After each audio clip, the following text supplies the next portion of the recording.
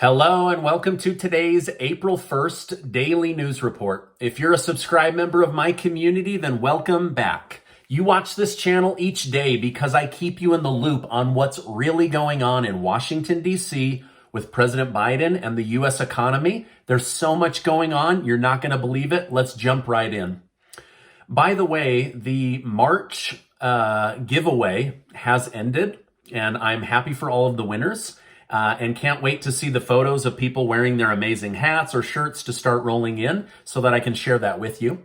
Now, Casey and I are sick and tired of waiting for the government to help with inflation and these rising gas prices. And so in the month of April, we're going to give 60 members of our YouTube community $100 gift cards for fuel. So gas cards to go fill the tank of your car. And I'll make sure to leave a link down below. President Biden gave his anticipated speech yesterday on his plan to lower the price of gas. As I told you, his plan includes releasing 1 million barrels of gas or oil daily from the U.S. strategic reserves in order to help increase the United States oil supply. Biden made calls towards big oil increasing their production, but at the same time wanted to offer Americans a green solution in order to fix your problems. During Biden's speech, he claimed that Americans could save $500 a month by using renewable energy power for their home.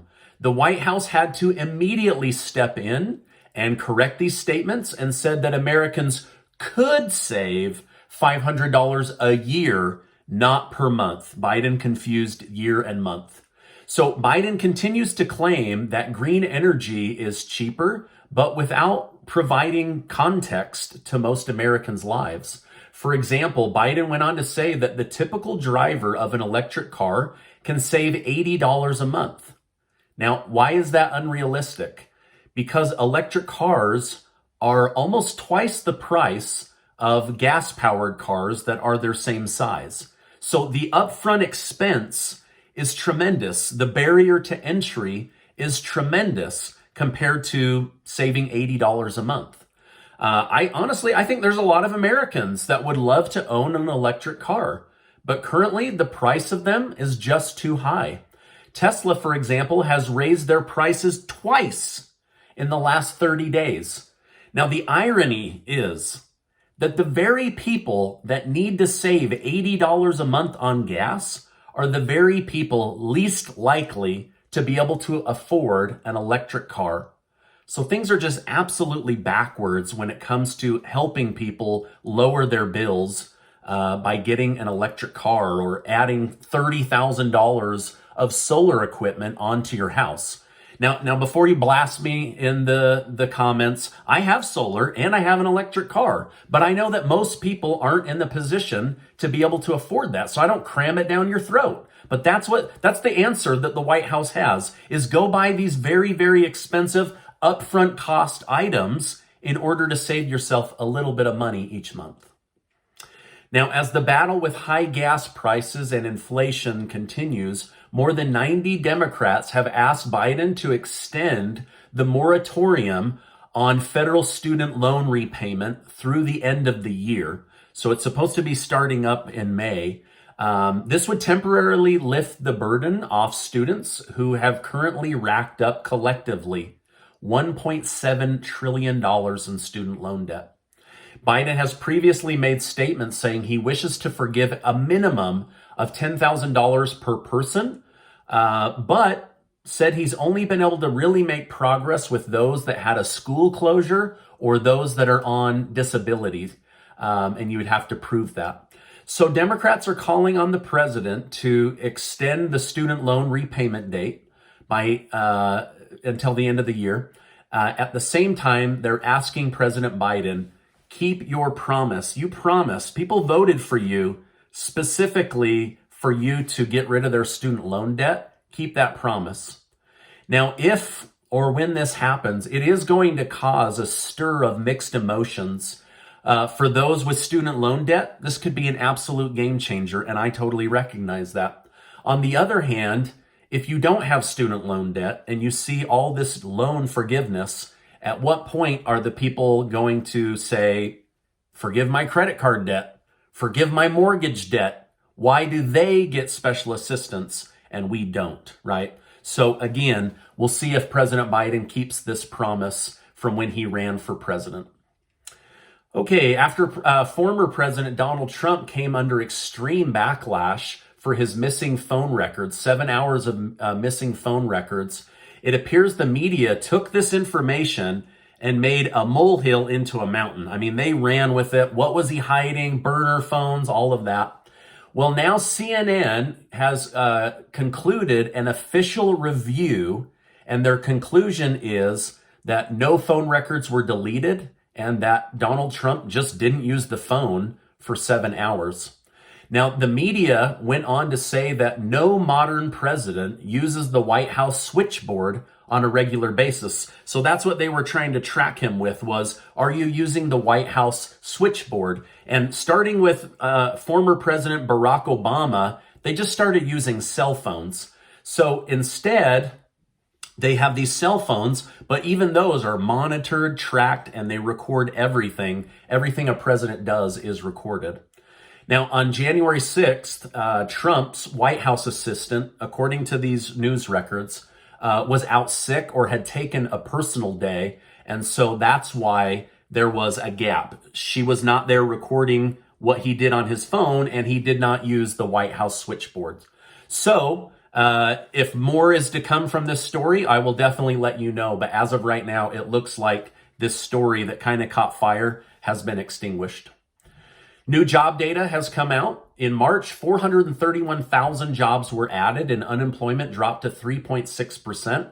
This is great news. It was off by about 60,000 new jobs, but still, come on, over 400,000 new jobs. That's amazing. That's great growth for our country.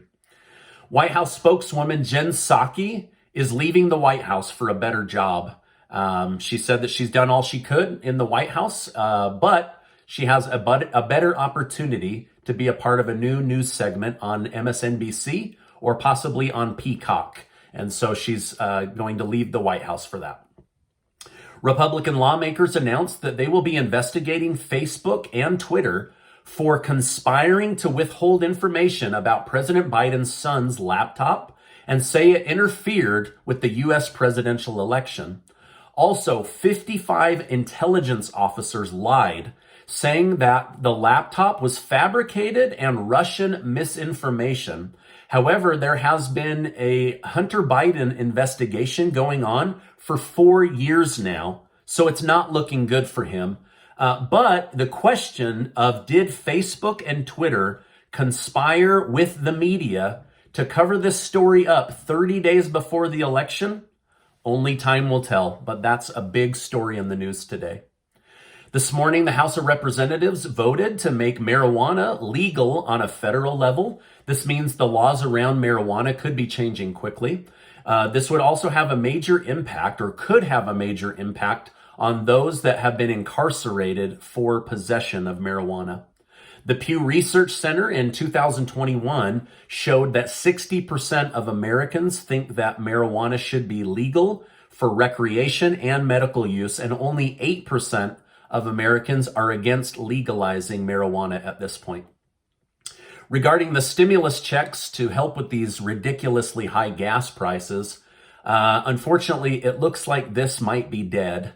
Democrats decided to kill the bills that have been presented, stating that they wouldn't help much and would be very difficult to execute. They wouldn't be very effective and could actually drive the price of gas through the roof or worsen the inflation that we're already living through.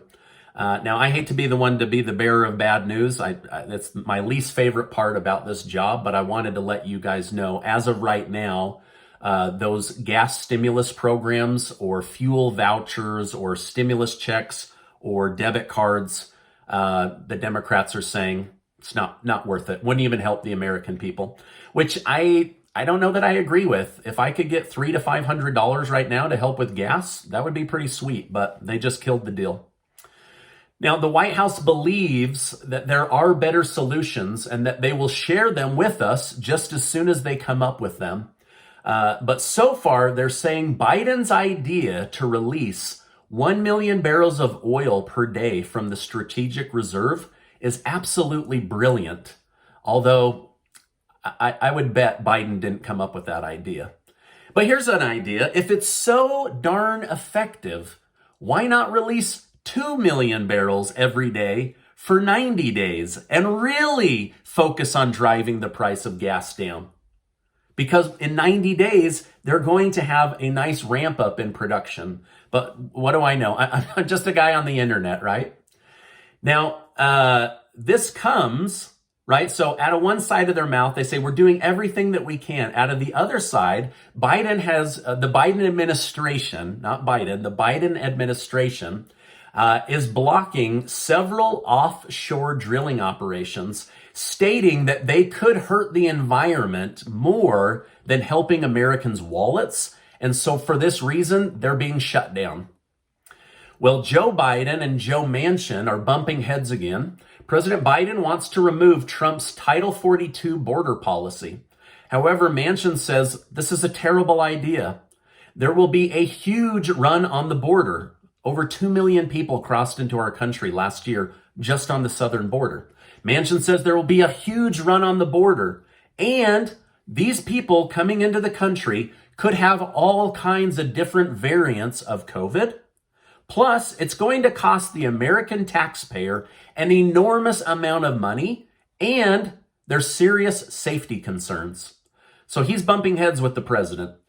But Democrat Senator Mark Kelly agreed with Joe Manchin and said Biden has no plan